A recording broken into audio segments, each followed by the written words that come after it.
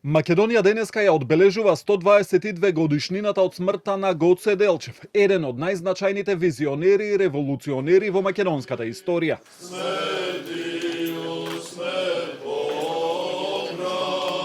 Одбележувањето во црквата Свети Спас, каде се наоѓа неговото вечно почивалиште, започна со панихиде која ја служеше поглаварот на Македонската православна црква Охридска архиепископија господин Стефан, во сослужение со свештеници од Скопската епархија. Уште се молиме за упокоение на душата на починатото чедо Божјо Гоце и за сите борци и лиденци, партизани и бранители, паднати за духовна и национална слобода на Македонија.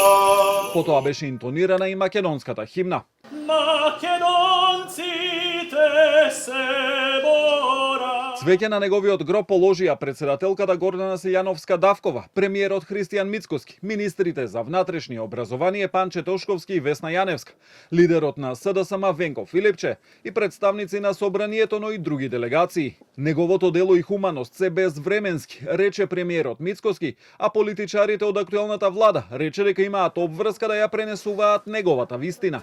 Кога велам да го чува и да го негува, да ја пренесува вистината, онаа вистина каква што вистински се случувала, а не вистината која што за жал некои се обидуваат да ја искриват и во колективната меморија на македонскиот народ во минатото имаше обид за инженеринг да таа вистина биде поинаква. За среќа, тоа е веќе минато, а наша обврска е вистинската вистина да ја пренесеме нивните генерации за овој голем македонски титан Гоце Делчев. Според лидерот на СДСМ Венко Филипче, пораките на Гоце Делчев денес се поактуелни дури од времето во кое живеел. Ако Гоце Делчев кажал дека сме поделени како нација, ние тоа го сведочиме и денеска, после повеќе од еден век. Ако Гоце Делчев кажал дека треба светот да се разбере како поле за културен надпревар на народите, треба да работиме во таа насока, а не младите да го сваќаат светот како поле за карта во еден правец. И на крајот го кажал дека Македонија е полето каде што ние треба да делуваме, треба сите заедно да сватиме дека само заеднички можеме да направиме тоа.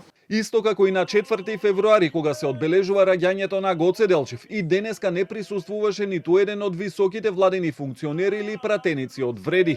Ниту собранискиот спикер Африм Гаши, ниту вице-премиерот Изет Меджити не одговорија на прашањето на Канал 5 зошто не беа меѓу присутните на одбележувањето. Побаравме стафи од Вреди, а оттаму ни одговорија дека имале партиска делегација составени од двајца, заменик министерот за образование Љулј Зималију и директорот на трансфузиологија Амир Елези.